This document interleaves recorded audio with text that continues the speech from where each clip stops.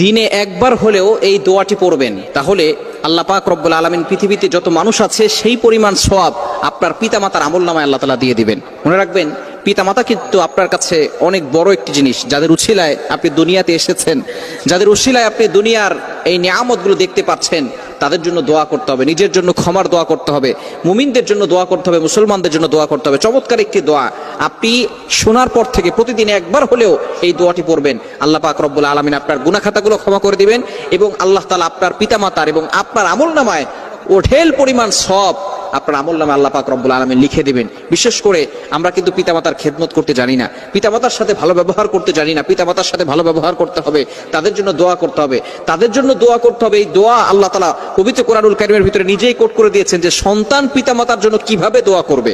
রব্বির হামহুমা কামা রব্বায়ানি সাগীরা, সূরা বনী ইসরাঈলের 23-24 নম্বর আয়াতে খুব সুন্দর করে আল্লাহ পাক রব্বুল আলামিন জানিয়ে দিয়েছেন। সুতরাং আমরা অবশ্যই সুন্দর করে তাদের জন্য দোয়া করার চেষ্টা করব এবং আমরা দিনে একবার হলেও এই দোয়াটা পড়ব, রব্বিগফিরলি ওয়ালি ওয়ালিদাইয়া ওয়ালিল মুমিনিনা ইয়াউমা ইয়াকুমুল হিসাব।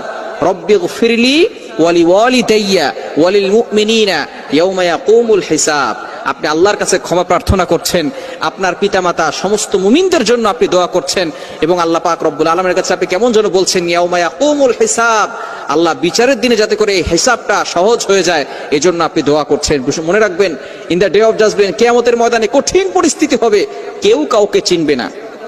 আপনার মা বলেন, আপনার বাবা বলেন, আপনার ভাই বলেন, কেউ কিন্তু আপনার আপন হবে না।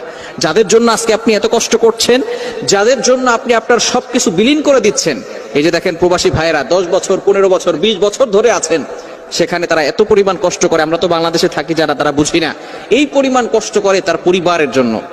পরিবারের জন্য কষ্ট করে না? একজন স্বামী তার সন্তানদের জন্য, তার স্ত্রীর জন্য কতটা কষ্ট করে থাকে, সারাদিন বাহিরে বাহিরে ঘোরাফেরা করে, বাহিরে বাহিরে থাকে, যাতে করে তার সংসারের ভিতরে সুখ শান্তি আসতে পারে।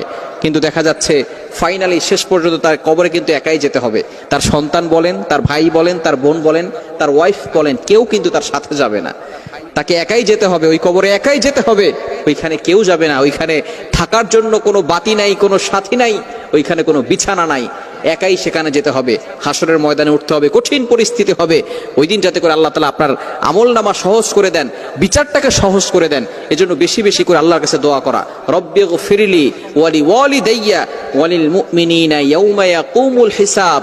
এই দোয়া যদি আপনি করতে পারেন, আল্লাহ পাক রব্বুল আলামিন আপনার যে দায়িত্বগুলো আছে পিতামাতার জন্য, এই দায়িত্বগুলো পালন করার চেষ্টা করবেন, পিতামাতার সাথে ভালো ব্যবহার করার চেষ্টা করবেন, ইনশাআল্লাহ আল্লাহ পাক রব্বুল আলামিন আপনার দোয়াগুলো কবুল করে নেবেন। আল্লাহ তাআলা আমাদের সকলকে এই বিষয়গুলো বুঝার তৌফিক দান করেন।